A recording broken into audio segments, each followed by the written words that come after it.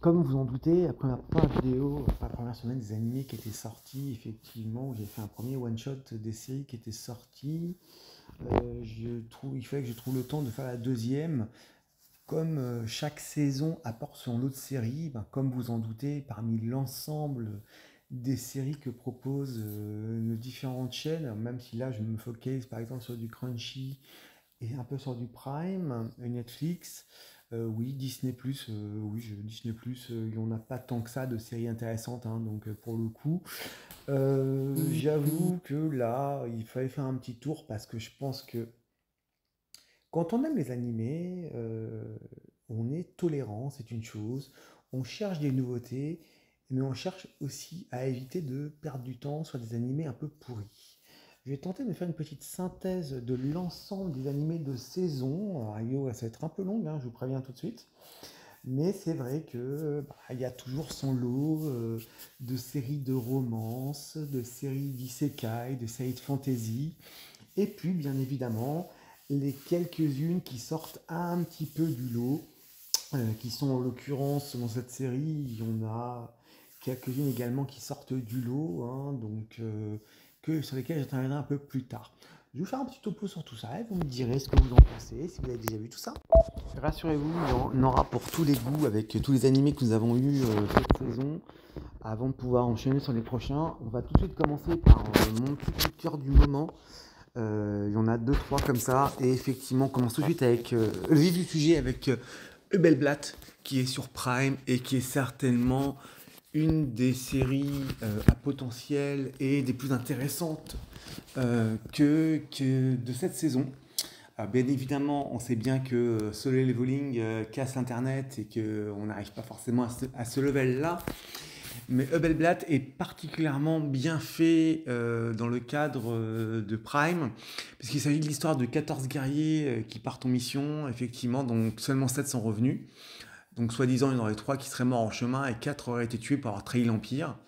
Et en fait, les 7 héros, ben, ils ont trahi leurs alliés pour récolter toute la gloire. Et l'une des victimes, 20 ans plus tard, revient pour se venger. On est sur un critère d'animé fait par Square Enix, donc ça veut dire que la patte graphique est pour le coup exceptionnelle.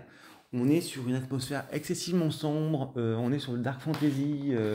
Effectivement, alors c'est édulcoré parce que c'est sur Prime, donc j'imagine que c'est peut-être moins édulcoré sur d'autres, puisque bon, il y a effectivement certaines scènes que je ne peux pas nommer sur YouTube de VIOL ou autres, qui effectivement sont censés intervenir dans l'animé.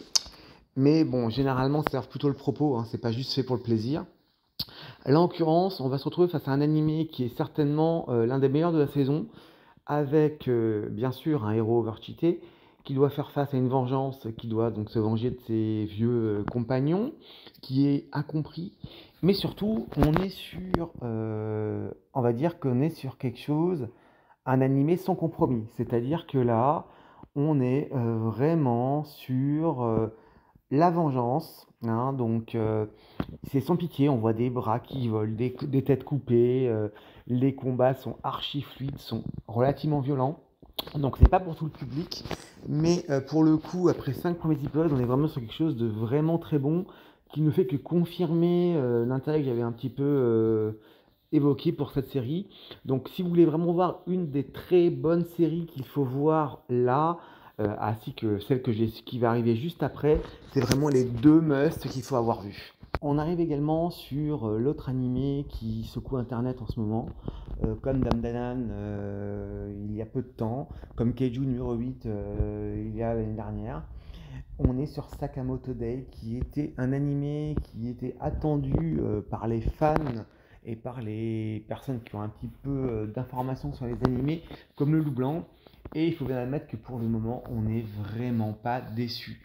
Ça nous raconte l'histoire d'un ancien tueur qui était connu pour être le meilleur de tous, donc un peu comme The Fable.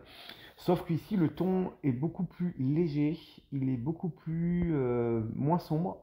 La patte graphique est beaucoup plus agréable, avec effectivement, c'est un peu plus aéré visuellement. Le côté dans Fable qui moi m'avait pas plu, c'était vraiment un peu trop réaliste et que c'était un peu trop le mauvais côté de la mafia et que c'était un peu intégré ça et que c'était un petit peu sombre. Là, dans Sakamoto Day, Nous avons des combats d'une rare violence, d'accord? Mais avec une certes qui sont toujours faits avec une petite touche d'humour, avec une petite légèreté. On voit ce tueur qui depuis s'est marié, qui veut protéger ce qu'il a comme jamais. Et je trouve que le message est vraiment très agréable. C'est-à-dire que c'est à la fois le côté repenti, mais aussi à la fois je défends ce qui m'a fait changer. Et pour le coup, on est vraiment sur une pelletée de personnages qui satellites autour de notre héros principal qui sont tous plus intéressants que les uns que les autres. Je ne parle pas des tueurs qui tentent leur chance en permanence, mais des amis, de l'esprit où effectivement on ne peut que apprécier un petit peu cette jeune équipe et notre héros qui, malgré tout, a promis à sa femme, en l'occurrence, de ne plus tuer. Et on arrive sur quelque chose de vraiment très agréable parce qu'en fait, il nous rappelle les vraies valeurs de la famille, il nous rappelle les vraies valeurs de ce qui est réellement important. Donc, je trouve que le message est très très sympathique et très très agréable. En plus, graphiquement, c'est vraiment très aéré, très léger, très agréable. Sincèrement, avec Hubelblatt, c'est certainement les deux séries à ne pas louper cette Nous saison. avons également, bon, on n'est pas forcément sur des choses, des must-see, mais on est sur des séries qui sont un petit peu, qui sortent du lot encore un petit peu. On a Zenshu, en l'occurrence, qui est fait par Mappa. Donc, bon, qui ne connaît pas Mappa, hein, ils ont fait l'Attaque des Titans, entre autres. Ils ont fait Chainsaw Man, entre autres. Donc on est quand même sur pas mal de choses plutôt intéressantes graphiquement. On est vraiment sur une très belle patte graphique qui raconte effectivement en fait, l'histoire du mangaka qui effectivement a fait un super must dans une série un petit peu en mode heroic fantasy. Et sincèrement, c'est franchement très agréable. Donc le truc, c'est elle va perdre l'inspiration parce qu'elle doit écrire tout simplement, après avoir fait une super série qui a très bien marché, sur un héros assez classique en mode, de toute façon, fantasy. Doit écrire une nouvelle série qui est une série de romances et elle ne connaît pas vraiment les notions d'amour, ce genre de choses. Et donc, bon, on ne sait pas encore comment ça va se traduire, mais en l'occurrence, elle se retrouve tout simplement projetée dans l'univers qu'elle a elle-même créé. Et du coup, elle va se trouver comme ça en tant qu'auteur et effectivement, elle a une personnalité de génie, sauf que, effectivement, la prochaine comédie romantique, elle a du mal. Elle se projette dans ce monde où elle sauve, en tout cas, ou en tout cas, elle intervient régulièrement comme une héroïne à part entière dans ce monde grâce à ses storyboards et à son sens inné de l'écriture et du dessin. Graphiquement, c'est intéressant. Alors, moi, je trouve que c'est peut-être un petit peu une bizarrerie, cet animé. Il y a un côté un petit peu décalé de notre héroïne, mais après, qui connaît suffisamment les mangaka pour savoir qu'effectivement, ils ne sont pas tous. Certains peuvent paraître un petit peu bizarres ou distants ou froids ou pas forcément super doués en relationnel. Et elle va se retrouver simplement projetée dans ce monde qu'elle a elle-même créé pour voir un petit peu les faiblesses de son scénario, voir ce qu'elle peut modifier et se retrouver à tenter de sauver le monde avec son stylo. Et il faut avouer que c'est franchement agréable. Alors, il n'y a rien d'extraordinaire, mais ça reste très agréable en soi. Donc, franchement, ça peut être sympathique à voir. Je pense qu'on sera sur une douzaine d'épisodes, comme les précédentes séries de Mappa. Mais bon, ça peut être pas mal. Ensuite, toujours dans la même veine, nous avons une autre série. On va arriver sur une série assez classique qui est I left my A-Ring party to help my former student reach the Destined Depths. Et en fait, de toute façon, au titre, on voit très bien que c'est un donjon et qu'on est encore dans un jeu type fantasy, où effectivement, de toute façon, toujours pareil, on est sur des aventuriers qui vont tenter d'aller plus loin. Et il s'amuse et effectivement, il a un pouvoir d'être très très fort et d'avoir beaucoup de sorts. Et il en a marre d'être très maltraité par son équipe actuelle. Et il va effectivement se rapprocher d'une équipe avec des femmes. Alors bien sûr, il y a le côté harem Eshi qui peut ne déplaire. Mais donc en lui, il va découvrir le potentiel qu'il a et les prendre sous sa coupe. Ce qui est particulièrement, alors derrière ce côté qui est très très classique, il faut admettre qu'il y a une chose qui sort réellement du lot. Alors déjà, c'est fait par Namco, donc bon, on connaît leurs jeux vidéo, mais du coup, graphiquement, visuellement, déjà, c'est très très beau, clairement. Ensuite, il y a le côté sympathique, agréable, c'est le côté streaming. On est des groupes d'aventuriers qui streament leurs combats. Donc c'est aussi le côté un petit peu qui rajoute un petit peu de popularité. Donc il faut à la fois réussir à assurer. Et donc de fait, le fait de streamer, donc c'est un peu le risque quand on a un youtubeur ou un streamer connu, effectivement, pour une erreur ou pour une vidéo qui est mal faite, on peut perdre son public ou on peut effectivement se faire tout simplement blacklister pour un propos malvenu. Mais en l'occurrence, en fait, les combats, du coup, on a un peu la même chose, c'est-à-dire que des combats qui sont ratés vont faire que certains groupes vont régresser, donc c'est pas inintéressant. On voit un petit peu qu'il est en conflit avec son ancien groupe, qui était un ami d'enfance, qui l'a pas empêché de le maltraiter malgré tout. Et effectivement, c'est relativement attachant. Visuellement, ça claque de partout, c'est couleurs vives. Les combats sont franchement assez agréables aussi. Donc ça sort un petit peu du lot par rapport au type de fantasy qu'on peut voir, même si c'est du classique, de chez classique, ça reste très très bien rendu. Je vais également à présent passer sur les séries qui pour le coup sont totalement dispensables, où en fait c'est tellement vu et revu qu'à un moment donné stop quoi. Ça va être le cas notamment de Even Given the World Stress Appraiser.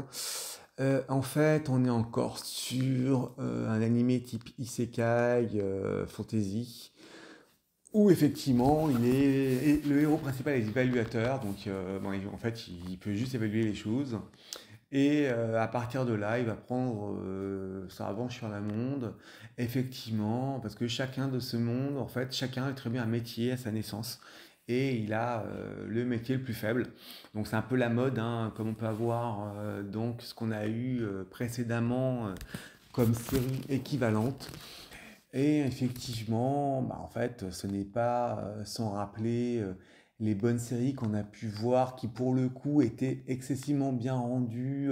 Let's is Driving Soul, par exemple, qui était vraiment excellent cette année, ou The Most Notorious Stalker avec le côté immoral en plus. Là, Even Given the Appraiser, en fait, je trouve que ça vaut pas la peine plus que ça d'en parler. S'il va prendre sa revanche sur la vie de son poste d'évaluateur et devenir un héros en ce monde. Bon, à vous de voir, vous ferez votre propre opinion là-dessus. Toujours dans la même veine de fantasy Sekai, pas forcément mirobolant, on va voir The Ranger Become an Adventure in Another World. C'est le Ranger Rouge, donc un gros un bioman qui va être transporté dans un monde de fantasy et devenir, de toute façon, voilà, et il s'est sacrifié plein de fois et il est dans un monde où effectivement il se transforme en aventurier. Mais voilà, c'est un bioman dans une histoire de fantasy. Voilà, tout est dit dans le synopsis à mon avis, hein. On trouve aussi au programme Magic Maker, How to Make Magic in the World, qui est pareil, un animé un petit peu de fantasy, où la nuit de son 30e anniversaire, un homme décède et devient tout simplement transféré dans un nouveau monde où il va essayer de pratiquer la magie, sauf qu'il arrive dans un monde où la magie n'existe pas, et il va faire en sorte de la créer à sa façon.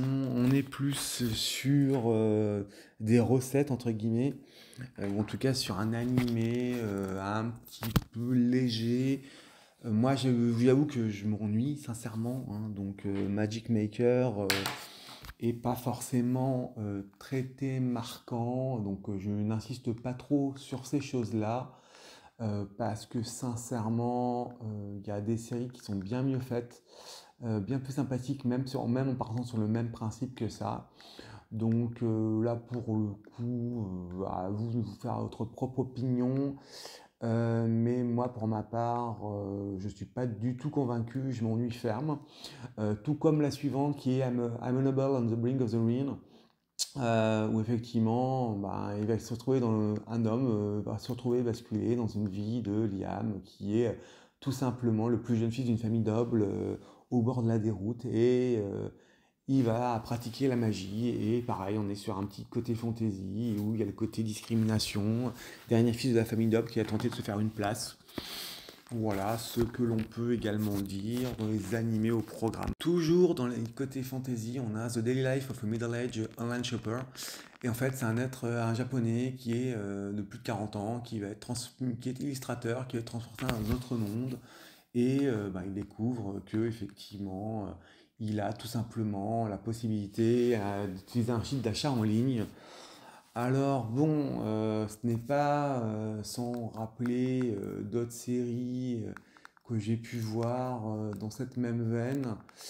C'est beaucoup plus axé sur un petit peu le sexe, c'est un peu plus sexualisé, c'est un peu plus axé sur effectivement le héros 40 quadra qui se trouve un peu perdu et qui ne sait pas trop faire quoi de sa vie et qui va tenter de se faire une place. Je trouve que c'est moins sympathique que Hero Skill qui était exactement dans la même veine mais qui était plus axé sur la cuisine. Donc, qui est sorti il y a 2 ans, où j'ai effectivement une vidéo qui est déjà mise en ligne il y a quelques temps, que je vous invite à aller voir. Toujours dans cet ordre d'idées, des animés un petit peu, on va dire, dispensables ou déjà vus 1000 fois. Je pense que ça va être peut-être plus intéressant, c'est Promise of the Wizard. En fait, dans une nuit de pleine lune, il y a des sorciers humains qui coexistent et quelqu'un est transmise. Elle doit faire face à une lune colossale. Et apparemment, elle doit mener un combat en rejoignant les sorciers du sage qui doivent faire face à la grande calamité de la lune qui devrait tomber dessus. Alors, il y a un petit peu de mystère. Pour l'instant, je trouve que ça n'avance pas en fait, hein. Donc maintenant, c'est peut-être un peu plus intéressant, un peu plus profond que cela. Mais pour le coup, voilà, c'était l'ensemble des séries un petit peu dispensables ou classiques que l'on peut zapper. Avant d'enchaîner, je continue avec certainement la plus grosse déception de l'animé pour l'instant. C'est Pharmagia. C'était l'animé que j'attendais de Yuro Mashima, qui a fait entre autres Rave, Eden Zero et Fairy Tail. Je m'attendais à quelque chose de très sympathique. Et en fait, on est dans un mode équivalent à du Fairy Tail avec des personnes qui invoquent des animaux ou des fruits qui sont des animaux en l'occurrence et qui combattent contre des ennemis avec les côtés un peu guild. Et j'avoue que pour l'instant, c'est une grosse déception. C'est-à-dire que c'est certainement la plus grosse déception. Alors on reviendra, hein, parce qu'il y a aussi, au compte des grosses déceptions, je ferai un bilan sur Daima, mais ça file vraiment un très mauvais coton, donc je pense qu'il y a des grandes chances que finalement je remette en cause mon avis préalable sur Daima qui commençait bien. Pharmagia, je me vois ici et je suis obligé de dire que je me suis trompé sur cette série. C'est-à-dire que je pensais qu'il y aurait un potentiel, je pensais que ce serait agréable à regarder, et en l'occurrence, je n'accroche pas.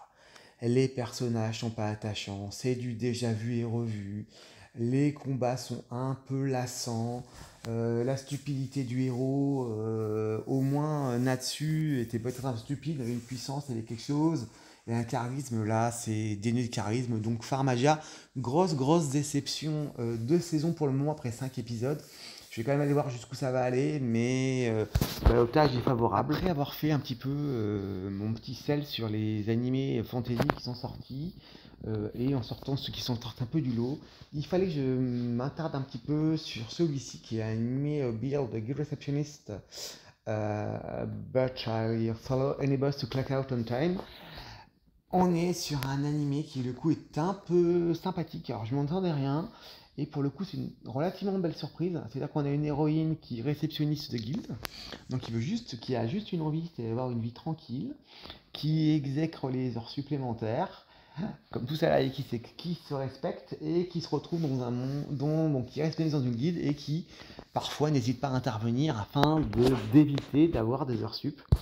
Et en l'occurrence, on est sur quelque chose de très agréable parce que vous avez une petite réceptionniste qui est fun, donc côté réceptionniste pro qui veut effectivement finir à l'heure.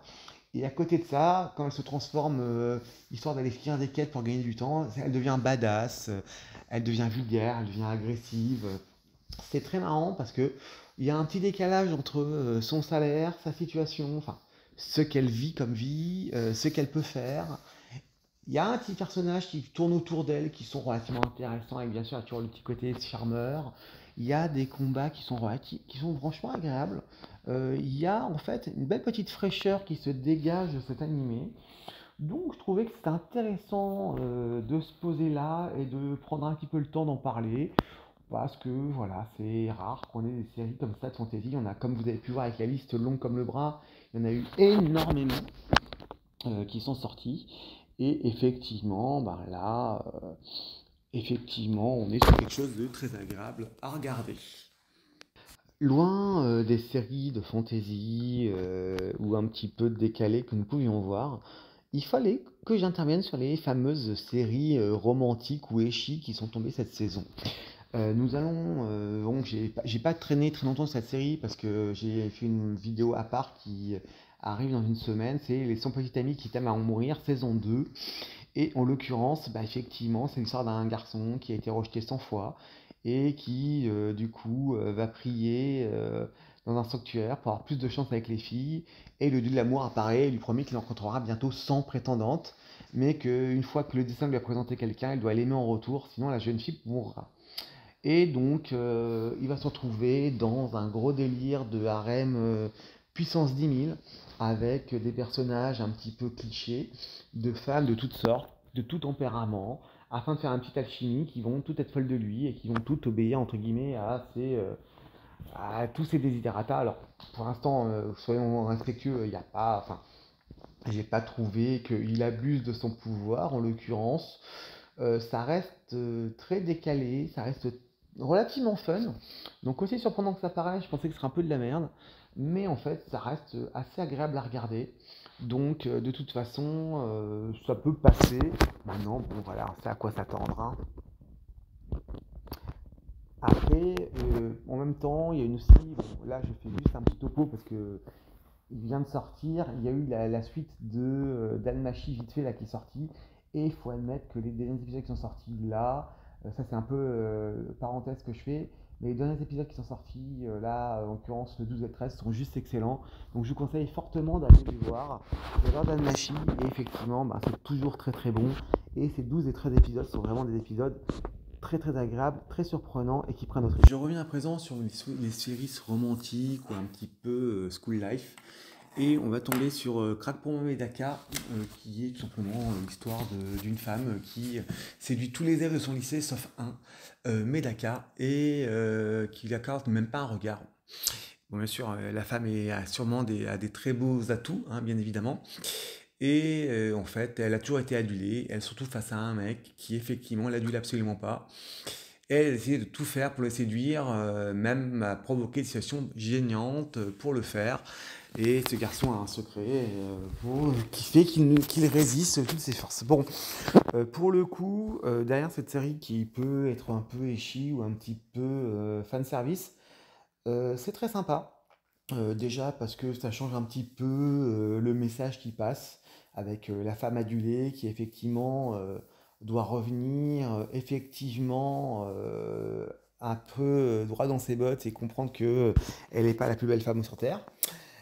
Et par ailleurs, on va avoir des tas de petits quiproquos, situations gênantes qui vont se faire.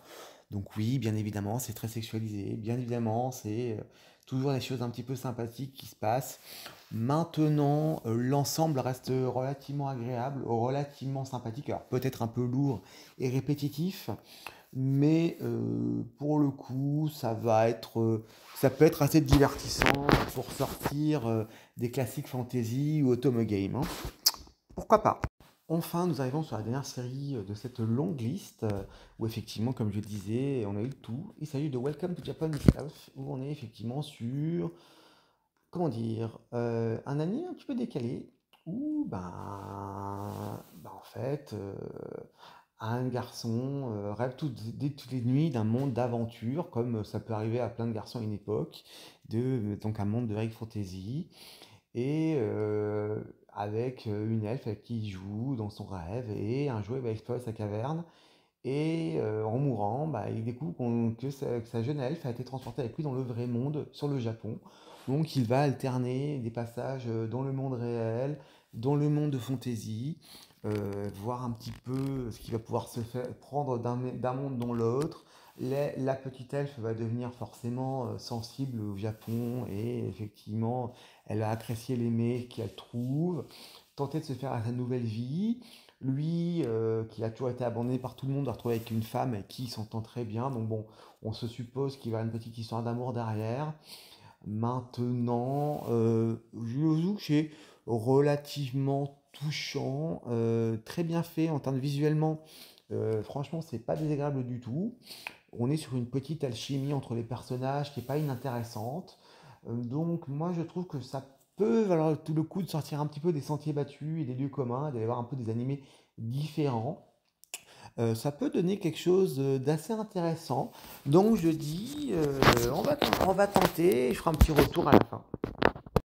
Voilà en conclusion un petit peu ma vidéo. J'espère qu'elle vous a plu. J'ai pris un petit peu de temps parce qu'il y avait beaucoup de séries à voir et je voulais proposer quelque chose vraiment d'alternatif avec vraiment à tenter de voir aussi large que possible les animés que l'on pouvait proposer, même si mon public a peut-être plus, on va dire, a plus tendance à aller sur avec des bandeurs de flow, avec du solo leveling ou des choses comme ça. Il y en a vraiment pour tous les goûts. On va avoir du Uber Blatt en Dark Fantasy. On va avoir du visuellement très beau avec Left Arank. On va avoir Sakamoto Days qui est très très marquant, qui va sûrement être le nouveau banger après Dame Dame et après Keiju numéro 8 et Solo Leveling. Donc je pense qu'on est sur un petit peu, on a tenté de ratisser large. On a également vu quelques surprises pas désagréables comme The Guild of Receptionist ou Welcome to Japan. On a vu aussi le nombre d'animés parasites. J'espère que cette vidéo qui a été un petit peu longue vous permettra en parallèle de ça également, pour ceux qui sont des fans d'animé, de gagner du temps et de savoir sur quoi vous orienter. J'ai tenté de voir aussi large que possible pour vous proposer tout ce qui était, qui semblait à peu près remarquable dans les animés. J'espère qu'elle vous plaira. N'hésitez pas à me faire un retour sur la vidéo, l'ensemble des animés que vous avez vus avec grand plaisir. A plus tard les amis.